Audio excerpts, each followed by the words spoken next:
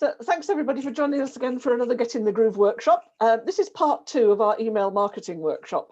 And this week we've got Jules Joseph, who is a marketing motivator, who's going to talk to us about how to entice and educate and keep our email subscribers otherwise enchanted with the content that we show them. So Jules, thank you very, very much for doing this for us today. I understand you've got a lot of content to get through, so we'll crack on and over to you. Okay, right, I'm just going to hopefully share my screen without any problems. Now, I have got a doodle on here, but I am not up to Helen's doodling standards, I'm afraid. And so it isn't my own, but I must confess that hopefully, oh, is that in presentation mode? Can you see that all okay? That looks better now. Excellent. So yeah, so I'm going to be talking about email marketing content. A lot to get through, as I said. So as Helen said last week, the journey to conversion is not a straight line from kind of awareness to purchase. It's kind of more of a twisty, turny, stops and starts. And your email subscribers might be all over the map. They might kind of dip in and out of interest with you based on other priorities in their lives, how they feel about your product at a particular time. So content creation tends to be a bit more challenging, especially if you don't have the resources to do lots and lots of automations and you're sending out 1 or 2 newsletters. I would recommend that you consider setting up nurture and loyalty communications to help people find out more about you when they join your list or they're trying to make a decision. But if you don't have the resource, then with a majority of your list, think about who they are and think about dynamic content, which I'm going to go into a bit later. This is a slide that I really kind of want you to be able to refer back to later, which is the kind of content that is going to drive value at the different stages of the customer journey, from awareness right through to loyalty. So as an example, you know, very early on, things like competitions, getting people involved in refer a friend, integrated campaigns with your social media so that you are getting lots and lots of different touch points are ideal. Decision point, you need to really be helping people understand what the features and the benefits of your products are. And then once they've come on board, don't stop communicating with them, because what you really want to be doing is making sure that you are driving loyalty and adding value. Having said that, I'm going to be delving into a lot of different content examples for you today. I'm a massive believer in driving learning through example. So the starting point I want you to be thinking about with every single communication that you send is why. Why should your recipients open? Why should they watch? Why should they read? Why should they act on your emails? And you can do this by putting yourself in their shoes. So when you are designing an email, when you're writing an email, the best tip I can give, particularly from a copywriting perspective, is to think about a specific recipient, somebody that you know, and write it for them. How are you going to help them in that particular email? And the different ways that you help people are typically by educating, engaging, and inspiring. I'm going to take you through a number of examples, and some of them obviously will cross over, but I'm going to kind of divide them up for you today. Do bear in mind as well that there's a lot of reasons why people may not read and engage further with your emails. It's not just about the copy or the content. It could be the creative, the call to action, or simply the timing. But today I'm going to be very much focusing on the content. So education can be about a number of different things. It might be related to your expertise, might be related to your company or specific products.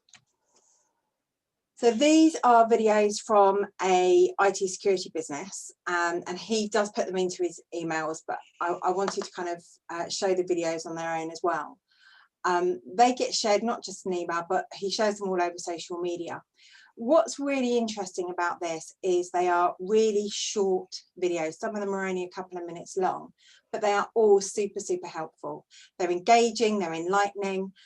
He's got some very interesting ways of putting things as well, and how to stop anyone on the planet logging onto your web application. But what he really does is he showcases his expertise and he helps you create a personal connection with him.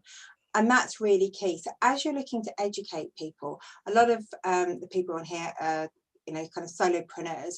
You want to be creating that personal connection with you in some way. And that will typically be showcasing your expertise as an individual. Another way to educate people is to demonstrate expertise that nudges people towards a particular product or event. So a lot of you will know Ruth Ferenga. This was an email sent out about her Conscious Leader Power series. And what we've done with this email is we looked at what the upcoming workshops were, and there was actual blog posts that were related to all of them. So we were educating people with the blog posts, but we were also driving them towards the workshops at the same time.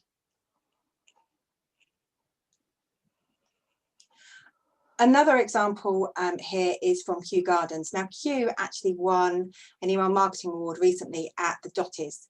And I was fortunate enough to attend the online virtual event. And this is their welcome email. Again, this is another way of educating people. And the whole point of today is to give you different ways to educate, different ways to kind of get the same kind of message across, essentially. I love this because, first of all, I do like an animated GIF, but it's a nice kind of gentle animated GIF. The way in which they have done the education element is through, obviously, the numbers, which are really standing out for people. And on top of that, they've also got these beautiful calls to action about each of the key points. And it's just a lovely kind of zigzag layout, which really helps to kind of draw your eye down the page and encourage interaction. It's got some beautifully interesting facts and obviously, you know, kind of a nice story behind it. Personalized education is another way of doing your emails. Now, you may not have the data to do something like this, but actually you'd be quite surprised how easy it is.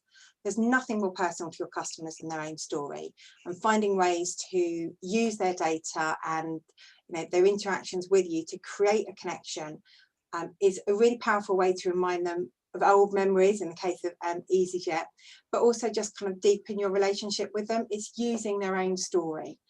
So with EasyJet, what they've done is they've just taken, you know, a background on 20 years and all the different places you've gone. So that's obviously going back a long time. With Fitbit, it's just a year's data. And whilst this looks really sophisticated, and I'm sure Helen can back me up on this, it's really only popping in some data that you may already have. It's literally just a little bit of personalisation, as easy as it is to put in their first name. So if you've got data like this, if you've got personal information, use their data to tell a story about their interactions with you, and it can help them realise just how strong that relationship is. Another kind of email that works really well is a long form. So obviously a number of you are familiar with Joe. If your goal is to develop your credibility, you don't always have to send people to a website to make them read your posts. Actually, putting them into the email can take out that additional step. Another great thing about things like this is emails like this can be scheduled to go automatically when you publish a post using an RSS feed block. And that's fantastic because it just puts your whole email into it. And so what you can see at the top with the logo, then at the bottom you could have her name and her contact information, but the rest of that can be pulled in directly from your website. And actually you can set that out to go automatically. You don't even have to worry about doing any extra sends or anything else. Remember when you're writing copy, particularly in an email, that the goal of each sentence is to get them to read the next one. And you also want to make sure you keep things scannable. So you can see here that she's used a lot of bold content. She's broken it out. It makes it really easy to scan. The other thing I'd also recommend with anything like this is that you do test it on a mobile, because with longer form emails, reading it on a mobile can feel quite tedious. So you need to make sure that it's kind of short and snappy throughout. Product education is another thing that comes up quite a lot. If you've got a new service or a new feature, don't assume that your audience already knows about it. And it can help to spell it out literally as 1, 2, 3 in this case. There's a couple of things I really love about this email example from PayPal. The opening copy is quite clever, quite concise, but the entire concept talks about a really relatable benefit of using the service. You can really kind of feel how that's going to appeal to you and how it's going to relate to you. So, you know, how many times have you been in a situation where, you know, kind of been out to dinner and then fussed over the bill? So I really like this email, not just in terms of the fact that it's kind of quite simple and quite specific, but the overall layout as well. It's very concise. And product education doesn't need to be limited to pre-purchase. If people use you and they enjoy using you, it will increase the chances of repeat purchases, of reviews, and of referrals, which will ultimately fuel future sales. So Helen came up with a couple of examples last week. You know, how do you make the perfect cup art for Mo's teapots, or matching the glass to the occasion for Bob's glassware? Thinking about customer service can also help to address common post-sale queries, which is what Atlas Laces have done here. So this was actually an email that was sent out after I bought some laces on Amazon. So obviously they're a bit limited. But what I really like about it is it has just answered 3 very, very common questions. Massive benefit is that it reduces customer service calls and queries, but it just kind of made me feel that actually they wanted to make sure I got the most out of their product as well. So it doesn't have to be a really fancy image heavy email. It can be an email that is actually kind of quite simple, but it's just thinking about what are the common pain points for your audience. So with education, what we're thinking about is, can we educate them about something to do with your industry so that you're showcasing your expertise? Is there an education that you can do on your company? Or is there an education that you can do about your products either before they buy or after they buy?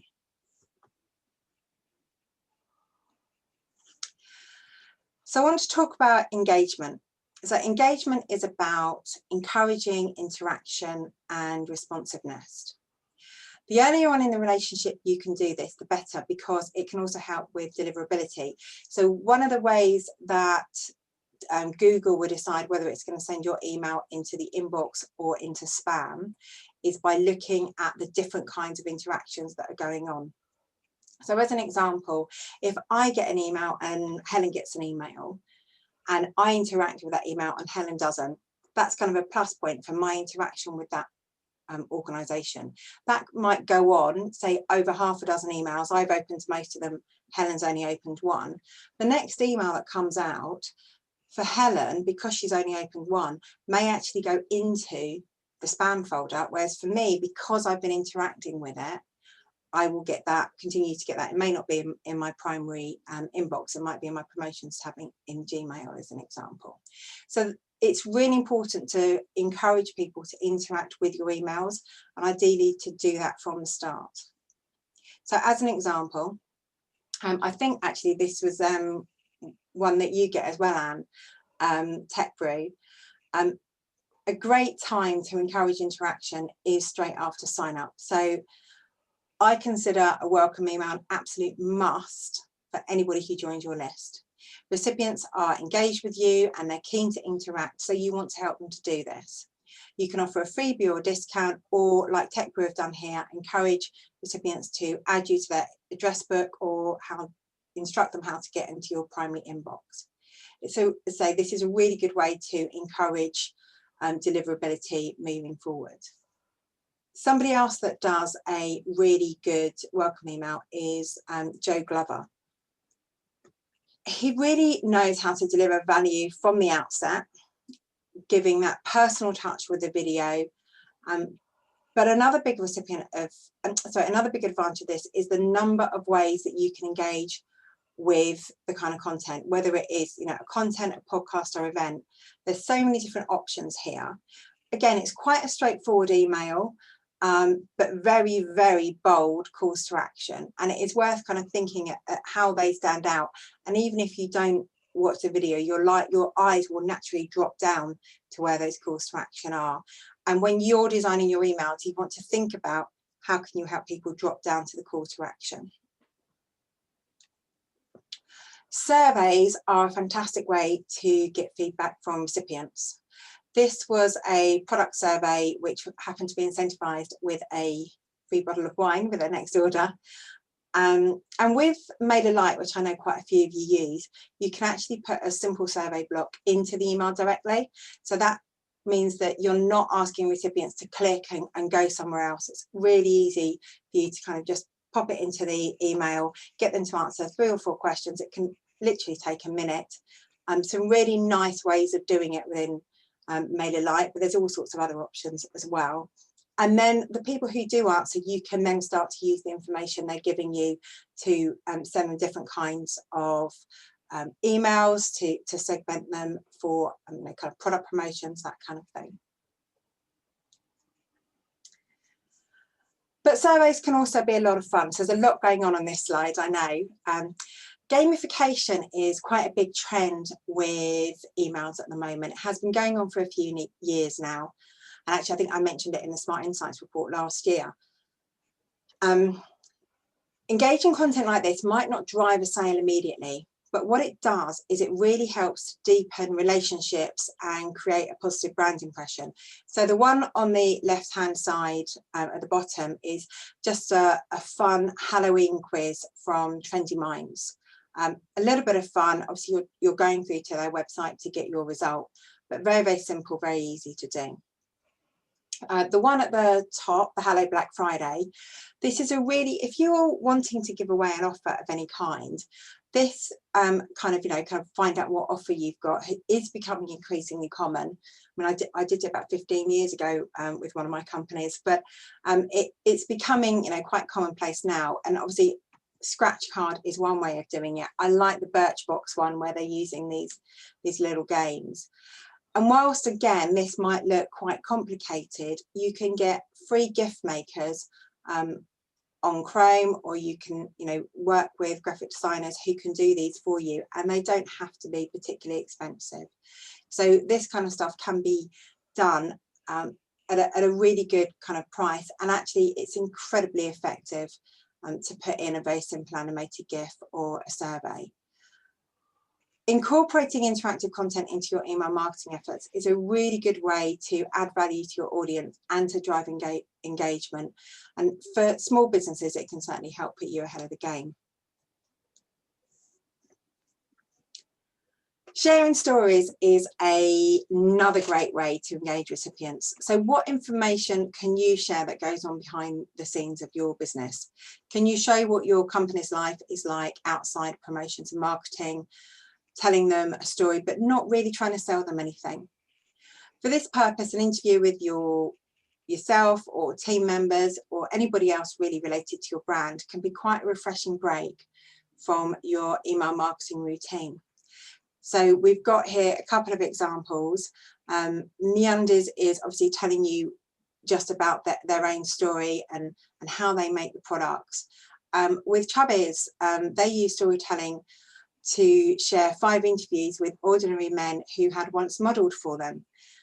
It was quite interesting because they kind of unveiled how each one decided to participate in their modelling contest and how it had changed their life since then. It was a really good way to build trust with the reader, kind of bring in their core message that anyone can be the superstar, you just need to believe in yourself, which I thought was fantastic.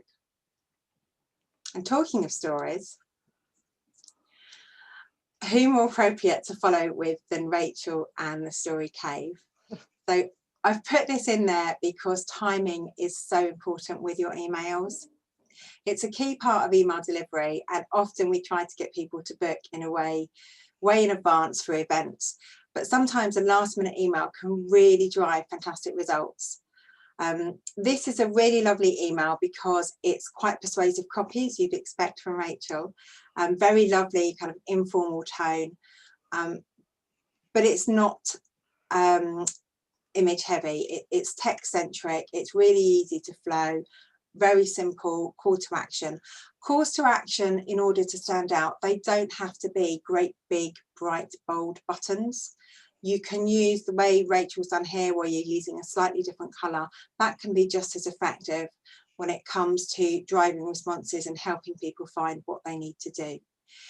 If you run online events, an email that goes out an hour or even half an hour before the event can also be a really great reminder to people to attend, as well as giving them the information they need to start, rather than having to kind of go through their inbox for the original joining details. So that can be quite effective as well.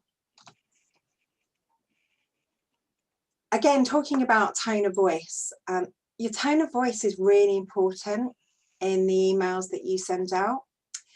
And that's a key to the kind of engagement that you can create. It will be linked to your overall brand personality, but often a more informal, humorous tone can leave people with a smile on their face. People remember how you made them feel much more than what you actually say. So an email like this can work very well, where essentially they are asking people to, look at the book recommendations, but they're not actually saying what they are. So you're just kind of clicking on the different recommendations. It's really lovely, really fun, and kind of cute as well. So I really like that.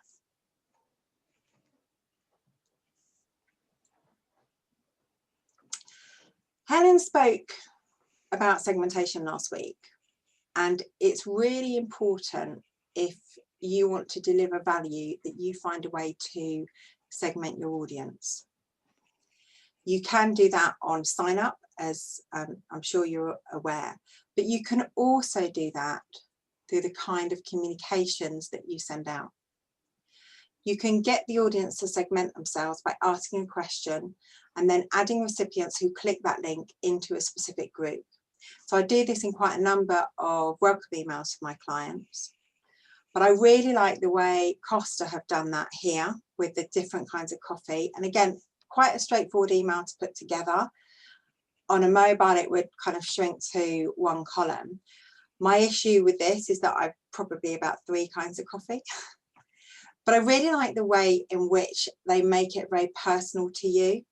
And if you are looking to try to segment your audience, so you can use kind of, the standard customer, prospect, or geographic or industry.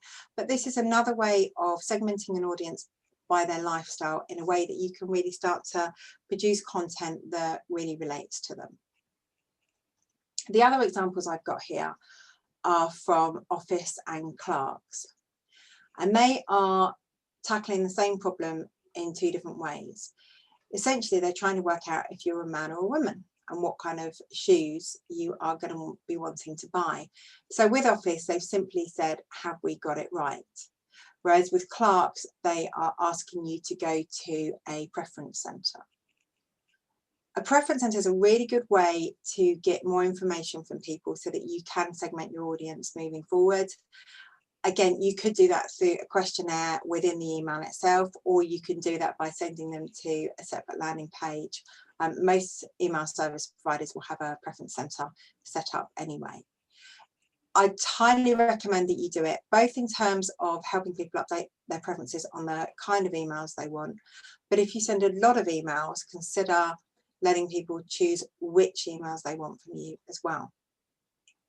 Another really good way that you can use segmentation is for dynamic content. So dynamic content is where a content block changes depending on who your audience is.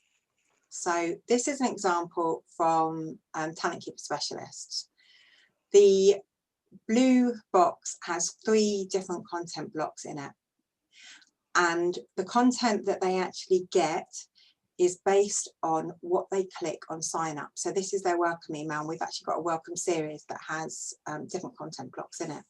So you can see here, I've kind of done the whole email, if you like, where you've got 3 different downloads that they can get. If they put into the form that they were an extended leave taker, they get a guide on supporting leave takers. If they put into the form that they're a line manager, they get, I might have those the wrong way actually, the return to work checklist. I shouldn't have mentioned it. They're actually the wrong way around, those images. And an HR professional will get a research report that they did.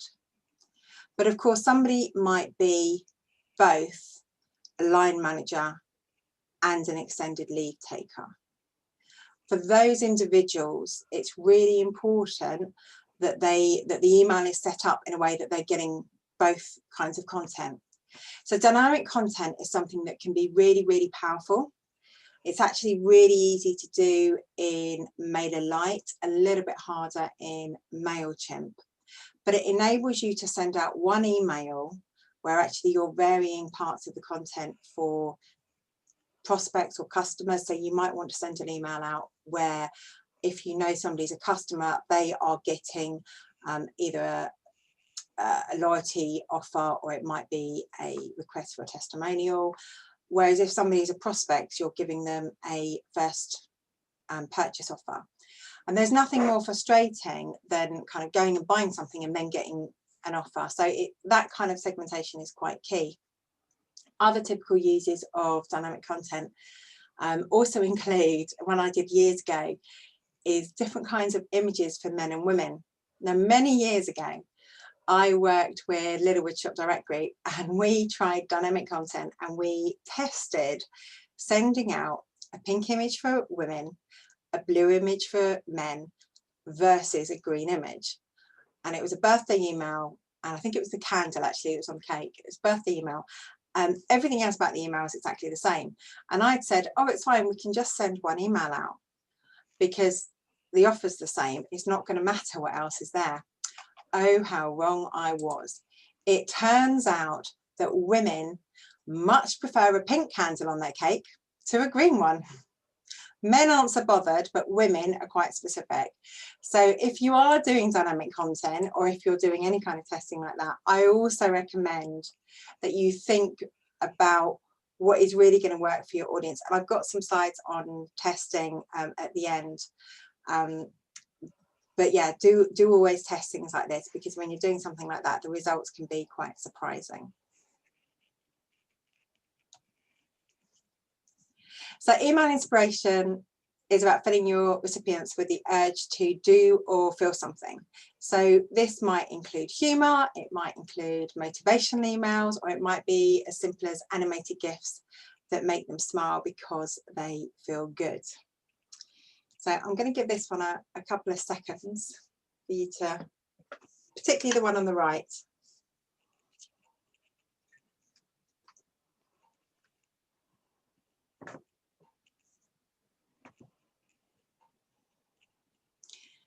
I really love these emails from Headspace.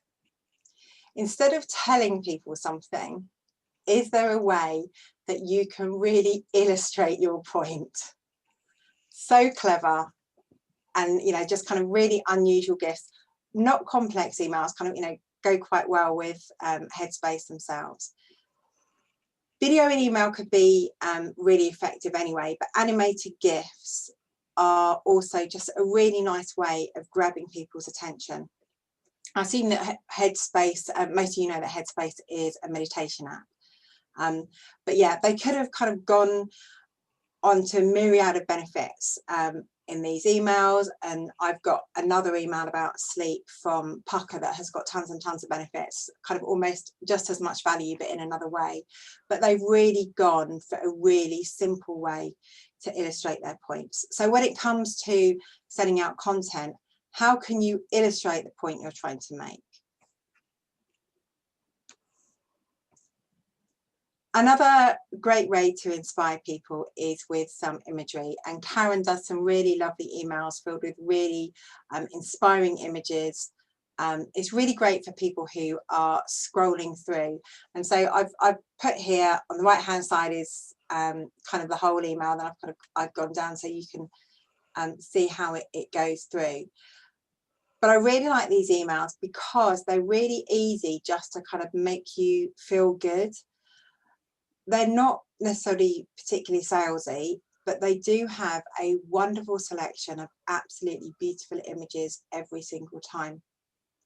The other thing that Karen does really well is she provides some really nice context in the copy. And so she's really, copy, sorry. And so she's really making it a very personal experience that she's sharing her thoughts with you. And that's a really nice way to create the connection that we were talking about earlier. There's lots of different ways that you can create connection, but to make it personal, to, you know, my husband recently sent me a link, is a really lovely way to do it. So I really like this email, and I love the fact that it's just filled with kind of, you know, lovely images, beautiful photography that she shares, and they're, you know, they come from a lot of different places as well. Another way of inspiring people is by curating content. So Dennis does this very well. I've taken a couple of bits out of Dennis's email to showcase my point here. He does have some of his own content in there that's also very good, I'd just like to say.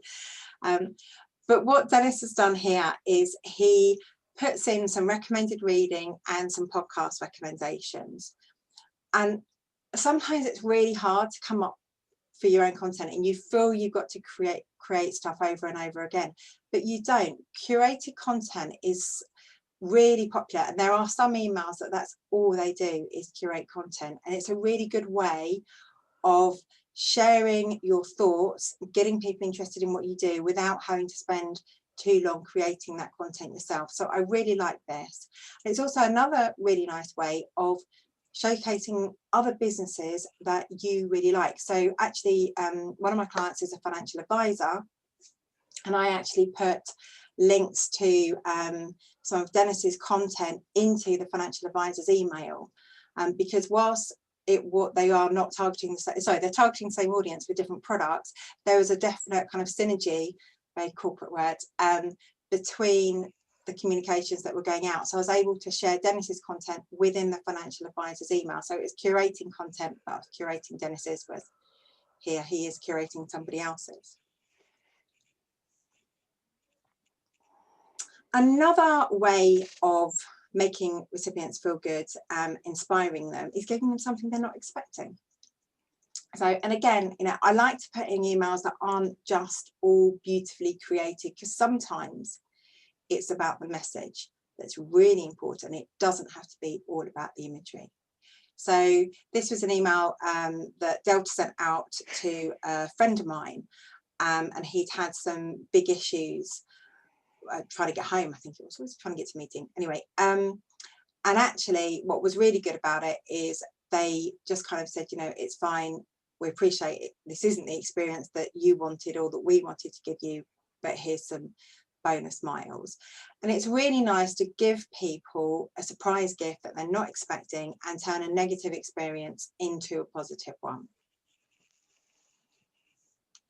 I talked earlier about curated content, and another way of doing this is to do guest emails and cross promotion.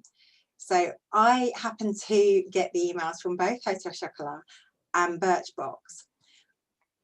And one day I literally got these two emails in my inbox within, I think, 5 minutes of each other.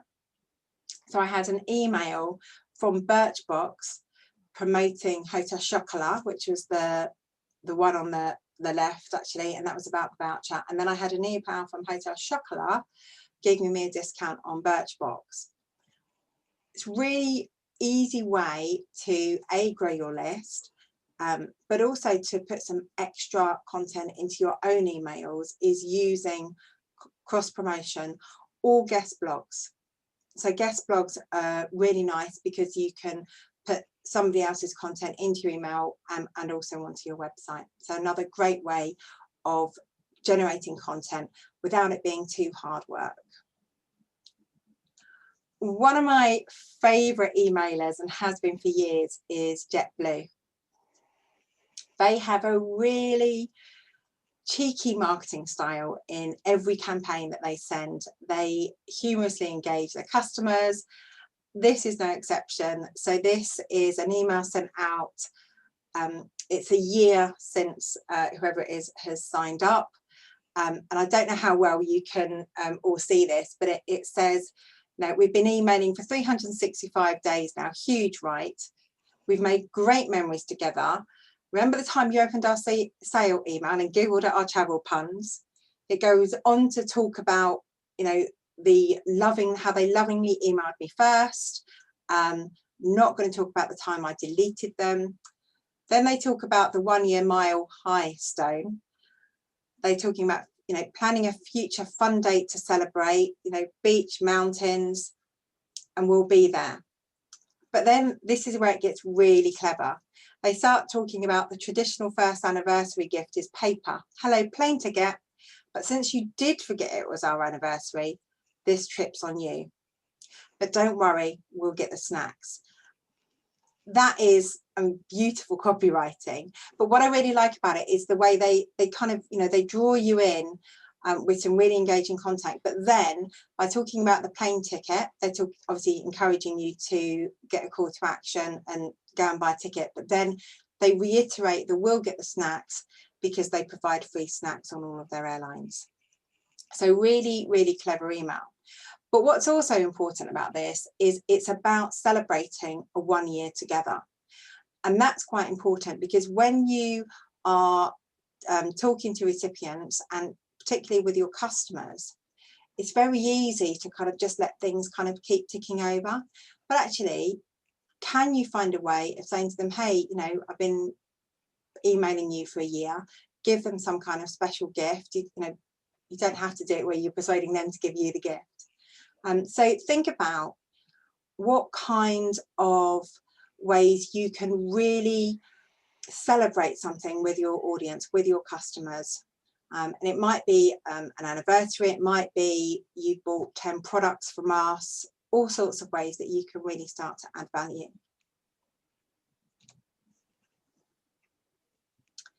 Another way that you can deliver value is by giving away exclusive content that just goes into your emails. So Strazanti are an Italian or Sicilian, sorry, organisation that offer Sicilian pantry goods, but they also have these kind of parcels at home that you can purchase.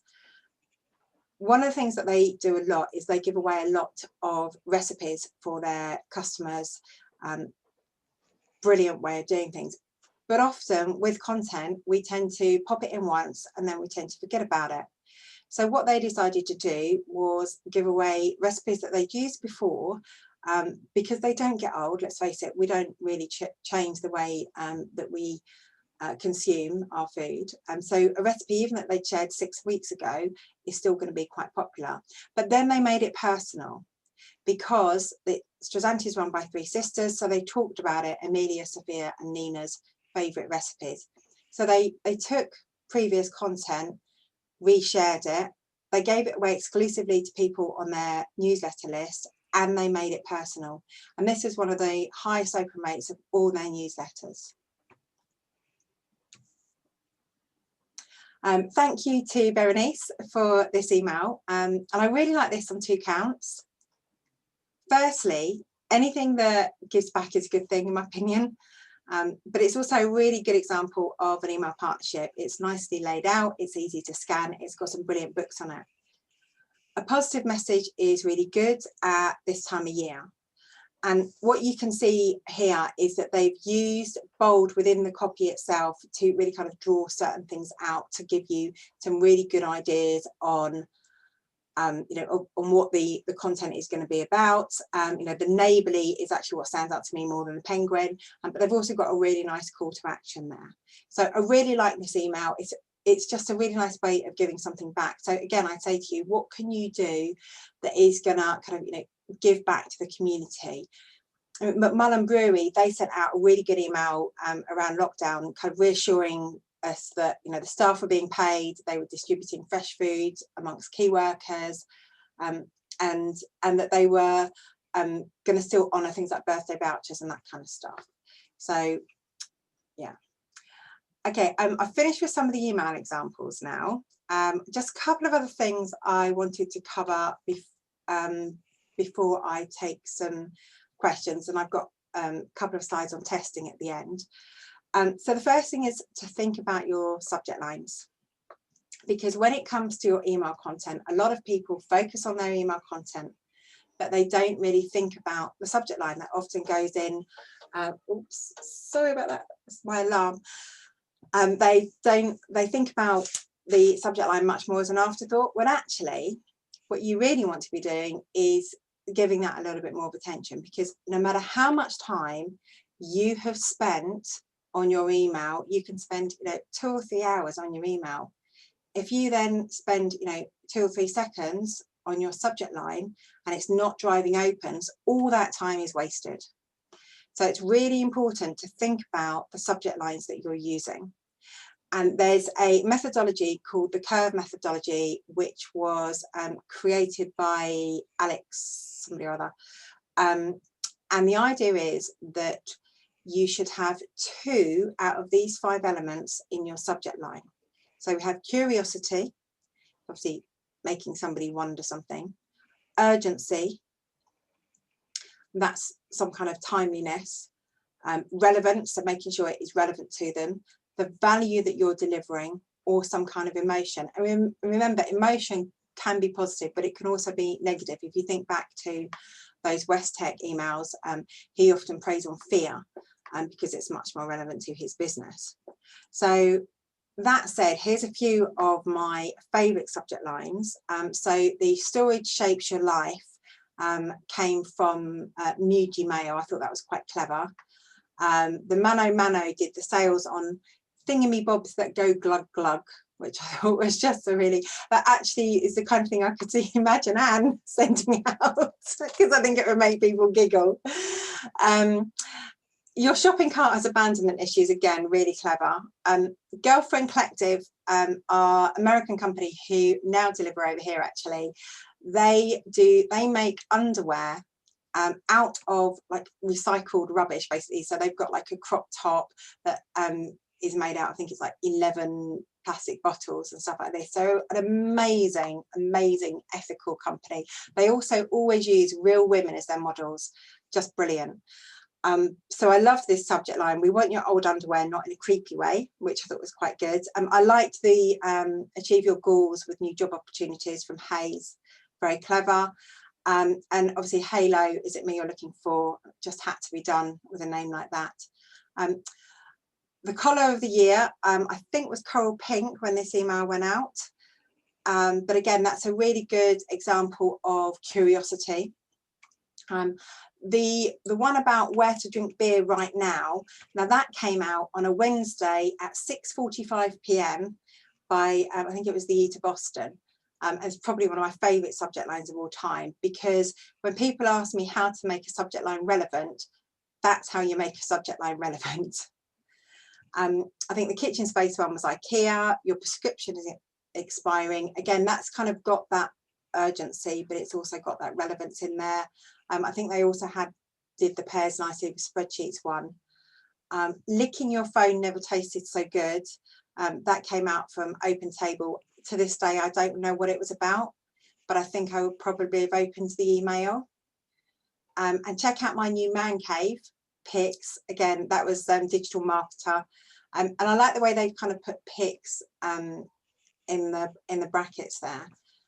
A lot of people, when asking about subject lines, also ask about the use of emojis. And my answer tends to be, depends on your audience. I think that if you've got a young audience, they can work well. There's a company, MoU London, that do amazing nail things, and they use a lot of emojis. But equally, if you've got a more professional audience, it may not work as well. But again, I've used kind of like googly eyes, kind of look at this, and that seems to work particularly well, but not on an ongoing basis.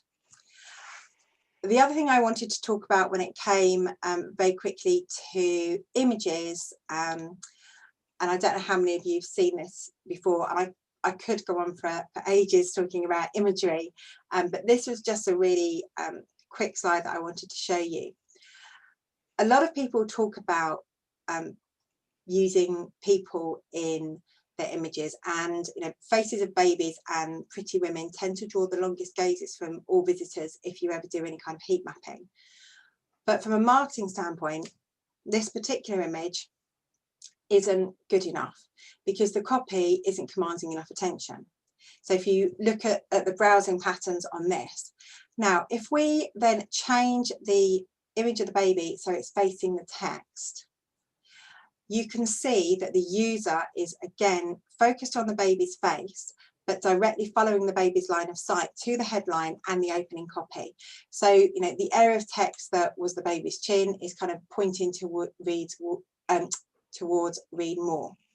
So visuals are a really important part of your overall design, but you also need to think about what visual cues the images themselves are giving.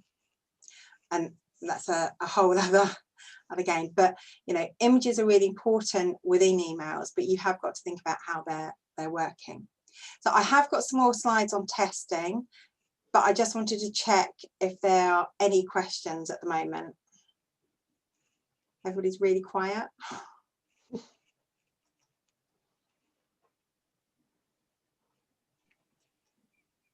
Go on, Helen. Helen, yeah. Hi. Yeah, I love the use of images in those examples. They're really clever. One thing I've never quite managed to get to the bottom of, though, is that I use Gmail and I never see images unless I click the link that says show images in this email or words to that effect. So what I always tell people is make sure your email works if people don't show the images, which seems to make sense anyway. Am I unusual in that I don't show images? Is that a really common thing? Is that something people should be be worrying about, or am I just a geeky person that hides my images? Unusual. Jules, sorry, before you answer, would you like to stop sharing your screen if we've gone on to Q&A? That's fine. That's okay. Yeah. So I think with images, it also depends on the email client that you're using. So there was Gmail switched everything a few years ago, where if somebody was sharing, the first person to download an email from a brand, everybody after that, unless they had settings otherwise, would get the images downloaded automatically. Within something like Outlook, you have to add somebody to your address book or click always download images from this person, but by default images tend to be turned off in Outlook. iPhone, again, it does vary on your settings. The other thing is a lot of older people really don't want to download images. They still find it really quite scary because they see all these warnings come up, and often they're quite nervous. So it kind of depends on your audience. I tend to just download most of them anyway. The other thing is, and you might know this actually, Helen, but the only way that you can actually tell if an email has been read is if the images have been downloaded. So when it comes to open rates, the way in which open rates are determined is there's a tiny 1 by 1 pixel at the bottom of the image. If you download those images, that's when it says that the email has been opened. You can also get an inferred open from a click. The other important thing about that is that if you are scrolling through your inbox, it tells you that it's been opened. If you forward it on to somebody, the open gets recorded to you because that's got the tracking pixel in it. And if you read the email but you don't download the images, then it doesn't show you as opening it. The other key thing is that opening does not necessarily mean read. Sorry, very long answer to a quick question. It's very, very important though. It's really good to cover that, Jules. Yeah. So yeah. Any other questions? And go on, Ali. I was just trying to find the mute button. You mentioned about how, like, once someone's joined your list, it's really important to get in touch with them straight away. And I know you can automate that probably. Mm-hmm. But when it comes to sort of welcome sequences, like I've joined a few things recently and I feel like my inbox has exploded. What's the sort of ideal number that's good to engage that new person, but like not too much to put them off? Mm-hmm. So I tend to think about 3 to 5 emails, but I know a lot of people will send even 2 or 3 emails in a day. I don't do that. It's what I call, I have this thing called shouty American marketing, which is like Sam, and it's like, buy this, do this, have you thought about this? And it's like, no, I really don't want to. But if you can send 3 emails that are very, very relevant over a period of a week, then that I think is going to give you much more engagement. But the key comes to relevance. What people don't want is to be shouted at, to be sold at constantly. I've got a client where what we do is they get a recipe when they download. A few days later, we send them a cocktail from a partner, a cocktail recipe to go with the recipe. And then a few days later, we give them a discount code. We've kind of taken them through quite a slow journey, and we're not selling at them immediately. And, you know, it kind of comes back. One of the magic formulas I used to talk about was relationships plus relevance equals revenue. And that's what's really important, or results. Okay, thank you. Any other questions, folks? Nope. Okay, there's a lot of information to take in there.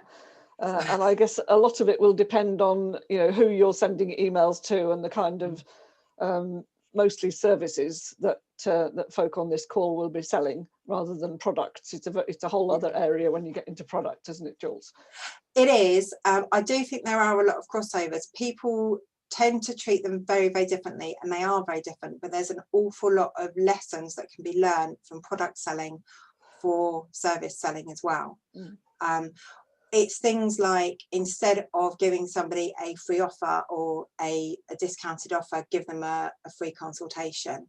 The key is always, how can you add value? If you go back to that very first couple of slides where it's put yourself in their shoes, what are you doing that is delivering value? And in a way, services are easier to sell because you can showcase your expertise over and over again by delivering constant value, whereas products tend to be a little bit more sell. I find services can be a lot more, let's work out how we can deliver value.